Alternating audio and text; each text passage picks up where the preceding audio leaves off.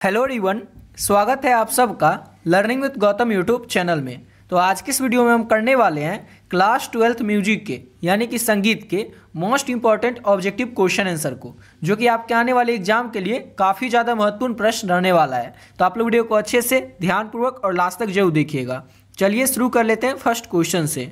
और पहला क्वेश्चन है हमारा, किसे लघु मात्रा कहा जाता है? तो जो छोटी होती है ना उसी को कहा जाता है लघु मात्रा। लघु मतलब जो छोटी होती हो, यानी कि ऑप्शन नंबर सी हो जाएगा। जो छोटी होती है उसे ही लघु मात्रा कहा जाता है। अगला क्वेश्चन है, गायन के दौरान आलाप का क्या उद्देश्य होता है? तो गायन के दौरान आलाप का उद्देश्य होता है राग का विस्तार करना और उसकी पहचान करना। ऑप्शन नंबर सी हो जाएगा। याद रखिएगा कि गायन के दौरान आलाप का उद्देश्य क्या होता है? तो आलाप का उद्देश्य होता है गायन के दौरान राग का विस्तार करना और उसकी पहचान करना। ऑप्शन नंबर सी हो जाएगा। अगला क्वेश्चन है, आलाप में किस प्रकार के स्वर का प्रयोग होता है? तो आलाप में किस प्रकार के स्वर का प्रयोग होता है? तो दोनों प्रकार के स्वर का प्रयोग होता है आलाप में। ऑप्शन नंबर सी हो जाएगा। क्वेश्चन सिंपल सा था कि आलाप में किस प्रकार के स्वर का प्रयोग किया जाता है? तो दोनों प्रकार के स्वर का प्रयोग किया जाता है आलाप में। ऑप्शन नंबर सी हो जाएगा।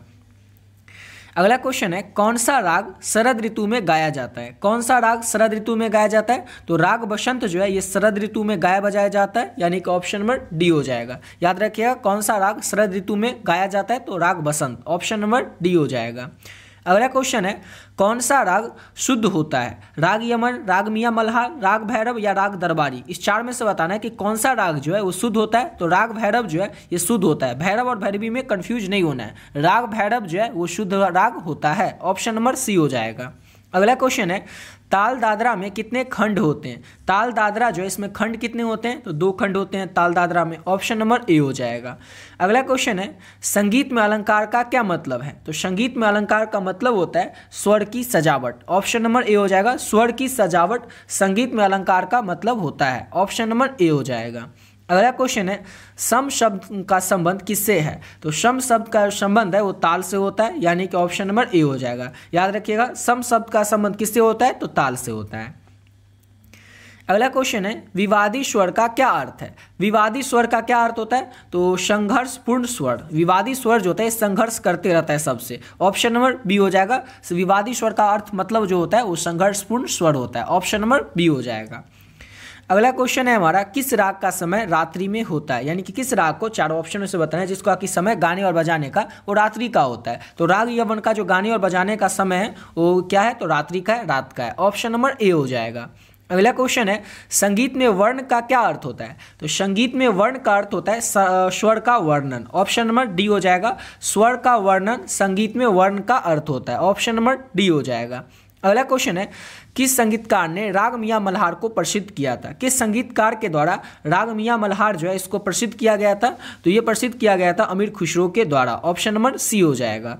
अगला क्वेश्चन है हमारा, गांव शब्द का संगीत में क्या महत्व होता है? ये जो शब्द है गांव, इस शब्द का संगीत में यानी कि म्यूजिक में क्या महत्व होता है? तो राग का विस्तार करना। ऑप्शन नंबर बी हो जाएगा। गांव शब्द का महत्व होता है संगीत में राग का विस्तार करना। ऑप्शन नंबर बी हो जाएगा। अगला क्वेश्चन है, राग मलकौश जो है इसका वादी स्वर क्या होता है? तो इसका वादी स्वर म होता है, यानी कि ऑप्शन नंबर बी हो जाएगा। और अगला क्वेश्चन करने से पहले आपको बताना चाहेंगे कि अगर अभी तक आप लोग म्यूजिक के इंपॉर्टेंट गेस क्वेश्चन का पीडीएफ नहीं लिए तो किस तरह से ले सकते हैं। ऑलरेडी बहुत सारे बच्चे पहले से इस पीडीएफ नोट्स को ले चुके हैं। तो जो भी बच्चे पहले से इस पीडीएफ नोट्स को ले लिए वे लोग वीडियो को थोड़ा स्किप करके अगले क्वेश्चन से आप लोग देख लीजिएगा। जो लोग बचे हुए हैं अभी तक इस पीडीएफ को नहीं लिए उनको बता दें कि इसमें आपको क्या क्या मिलेगा और किस तरह से आप लोग इस पीडीएफ को ले सकते हैं। तो इसमें मिलेगा आपको म्यूजिक के हर एक टॉपिक का इंपॉर्टेंट ऑब्जेक्टिव क्वेश्चन। आपके सिलेबस में जो टॉपिक दिया हुआ है, जिस टॉपिक से आपके एग्जाम में क्वेश्चन पूछे जाएंगे, जैसे कि राग से, घराना से, या जो भी टॉपिक है, हर एक टॉपिक का जो भी इंपॉर्टेंट ऑब्जेक्टिव क्वेश्चन है आपके एग्जाम के लिए और सब्जेक्टिव क्वेश्चन भी, तो वो सारा का सारा इस पीडीएफ में ऐड कर दिया गया है। सब्जेक्टिव क्वेश्चन में आपको लघु उत्तरीय और दीर्घ उत्तरीय प्रश्न भी देखने को मिल जाएगा। और साथ ही साथ म्यूजिक में जो पिछले 11 साल में जो भी प्रश्न आपके एग्जाम में पूछे गए, सारा का सारा ऑब्जेक्टिव क्वेश्चन आपको आंसर के साथ देखने को मिल जाएगा इस पीडीएफ में। और अगर आप जितना आपको पीडीएफ मिलेगा इसमें जितने ऑब्जेक्टिव सब्जेक्टिव क्वेश्चन रहेंगे, अगर आप इसको अच्छे से कर लेते हैं तो आपसे एग्जाम में एक भी प्रश्न छूटने वाला नहीं है, सभी प्रश्न आप लोगों को इसी पीडीएफ से देखने को मिल जाएगा। और इस पीडीएफ का जो प्राइस है वो है केवल और केवल 30 रुपये, केवल और केवल 30 रुपये पे करके आप लोग इस पीडीएफ को प्राप्त कर सकते हैं। अब लेना कैसे है और आपको मिलेगा कैसे, तो ये जो नंबर देख रहे हैं 7903820891, इस नंबर पर आप लोग फोन पे, गूगल पे, पेटीएम किसी माध्यम से आप लोगों को केवल और केवल 30 रुपये पे कर देना है। पे करने के बाद इसी नंबर से जो व्हाट्सएप है, इस व्हाट्सएप पे आपको पे करके स्क्रीनशॉट भेज देना है। जैसे आप पे कीजिएगा इसका स्क्रीनशॉट लेकर के इसी नंबर से जो व्हाट्सएप है उस व्हाट्सएप पे आपको स्क्रीनशॉट भेज देना है। और स्क्रीनशॉट भेजने के बाद बस एक छोटा सा मैसेज कर देना म्यूजिक, जिससे कि ये पता चल जाए आपको म्यूजिक का पीडीएफ चाहिए। जैसे ही आप पे करके स्क्रीनशॉट भेजेंगे, सब्जेक्ट का नाम बताएंगे, आपको जो पीडीएफ है तुरंत मिल जाएगा। और इस पीडीएफ में बता ही चुके हैं जितना ऑब्जेक्टिव सब्जेक्टिव क्वेश्चन है, अगर इसको अच्छे से कर लेते हैं तो आपको एग्जाम में एक भी प्रश्न छूटने वाला नहीं है। सारा प्रश्न आप लोगों को ऑब्जेक्टिव सब्जेक्टिव इसी पीडीएफ से देखने को मिल जाएगा। क्यों? क्योंकि एग्जाम में क्वेश्चन कहीं से भी आएगा, प्रश्न कहीं से भी आएगा, तो आएगा तो जो सिलेबस में दिया हुआ है उन्हीं सभी टॉपिक से। और सिलेबस के अनुसार जितने भी टॉपिक है उन टॉपिक से जो भी क्वेश्चन बन सकते थे, इंपॉर्टेंट क्वेश्चन ऑब्जेक्टिव और सब्जेक्टिव, सभी इस पीडीएफ में ऐड कर दिए गए। यानी कि सभी प्रश्न आपको एग्जाम में इसी पीडीएफ से देखने को मिल जाएगा। और अगर आप इसको अच्छे से कर लेते हैं तो इसके अलावा आपको कोई भी गेस्ट पेपर, कोई भी क्वेश्चन बैंक, कोई भी बुक पढ़ने की जरूरत नहीं पड़ेगी। बस आपको इसको अच्छे से कंप्लीट कर लेना है। समझ गए? चलिए अब अगला क्वेश्चन कर लेते हैं। और नेक्स्ट क्वेश्चन है हमारा, श्रुतियों का क्या महत्व होते हैं? श्रुतियों का क्या महत्व होता है? तो वे स्वरों के बीच अंतर होती है। श्रुतियां जो होती है स्वर के बीच अंतर होती है। ऑप्शन नंबर सी हो जाएगा। अगला क्वेश्चन है, किस वाद्य यंत्र को संगीत का राजा भी कहा जाता है? काफी ज्यादा इंपॉर्टेंट क्वेश्चन है, तो याद रखेगा, सितार को संगीत का राजा भी कहा जाता है। ऑप्शन नंबर बी हो जाएगा। अगला क्वेश्चन है, कौन सा राग दुर्गा के समय में गाया जाता है? क्वेश्चन है कि राग दुर्गा, यहाँ पर क्वेश्चन है राग दुर्गा किस समय में गाया जाता है? तो राग दुर्गा को गाया जाता है रात्रि के समय में। ऑप्शन नंबर ए हो जाएगा, रात के समय में।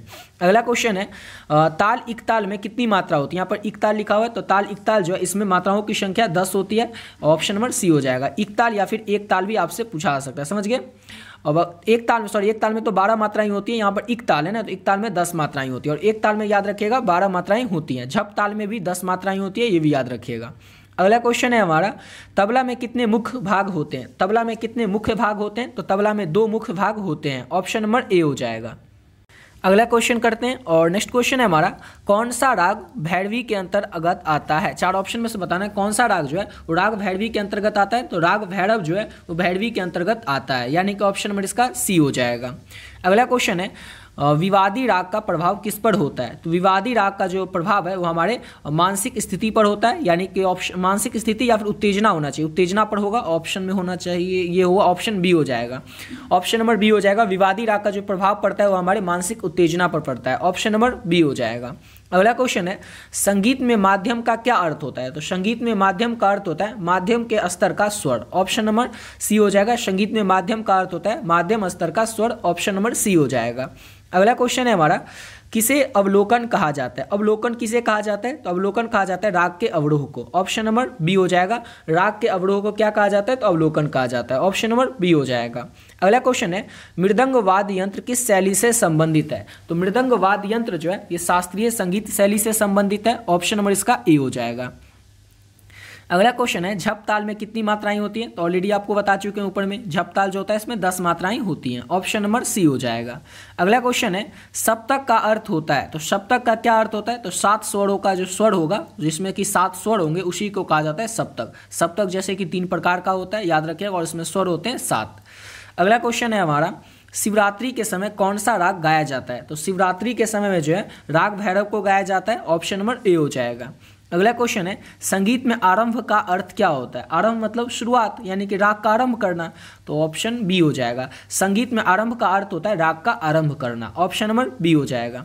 अगला क्वेश्चन है, किस संगीतकार को तबला सम्राट कहा जाता है? तो तबला सम्राट जो है किसे कहा जाता है? तो उस्ताद अल्लाह रखा को तबला सम्राट के नाम से जाना जाता है। ऑप्शन नंबर सी हो जाएगा। अगला क्वेश्चन है, वायलिन वाद्य यंत्र किस परिवार से संबंधित है? यानी कि किस वर्ग के अंतर्गत वायलिन वाद्य यंत्र जो है ये आता है? तो तंत्री वाद्य यंत्र के अंतर्गत आता है, यानी कि ऑप्शन ए हो जाएगा। तंत्री परिवार के अंतर्गत वायलिन वाद्य यंत्र जो है ये आता है। अगला क्वेश्चन है, संगीत में कपास का क्या अर्थ होता है? तो संगीत में समय की माप कपास का अर्थ होता है। ऑप्शन नंबर सी हो जाएगा। अगला क्वेश्चन है, संधि प्रकाश किसका अन्य नाम है? तो सूर्यास्त राग का अन्य नाम है, दूसरा नाम है संधि प्रकाश। ऑप्शन नंबर बी हो जाएगा। अगला क्वेश्चन है हमारा, किसे वृत्त कहा जाता है? वृत्त किसे कहा जाता है? तो वृत्त कहा जाता है ताल की इकाई को। ऑप्शन नंबर बी हो जाएगा, ताल की इकाई को वृत्त कहा जाता है। ऑप्शन नंबर बी हो जाएगा। अगला क्वेश्चन है, नृत्य और संगीत के संबंध में कौन सा सिद्धांत है? चार में ऑप्शन में से बताना है कि नृत्य यानी कि डांस और संगीत यानी कि म्यूजिक के संबंध में कौन सा सिद्धांत है? तो संगीत और नृत्य का मिला जुला सिद्धांत है। ऑप्शन नंबर सी हो जाएगा। नृत्य और संगीत के संबंध में कौन सा सिद्धांत है? तो संगीत और नृत्य का मिला जुला सिद्धांत है। अगला क्वेश्चन है, कर्नाटक संगीत का कौन सा प्रमुख वाद्य यंत्र है? तो कर्नाटकी संगीत जो है इसका प्रमुख वाद्य यंत्र है वीणा। ऑप्शन नंबर सी हो जाएगा। भारत में दो प्रकार के संगीत होते हैं, एक होते हैं हिंदुस्तानी संगीत और एक होता है कर्नाटकी संगीत। और क्वेश्चन था कि कर्नाटक संगीत का कौन सा प्रमुख वाद्य यंत्र है? तो वीणा। ऑप्शन नंबर सी हो जाएगा। इसी के साथ वीडियो पे कंप्लीट करते हैं। आशा करता हूँ आप लोग को वीडियो अच्छा लगा होगा। मिलते हैं नेक्स्ट वीडियो में, जिसमें कि और भी क्वेश्चन आंसर करेंगे म्यूजिक के। और ऊपर जो आपको पीडीएफ बताएं म्यूजिक का, जो भी बच्चे बचे हुए हैं अभी तक उस पीडीएफ को नहीं लिए तो आप लोग उसको जरूर ले लीजिएगा। समझ गए? चलिए मिलते हैं नेक्स्ट वीडियो में नए वीडियो के साथ।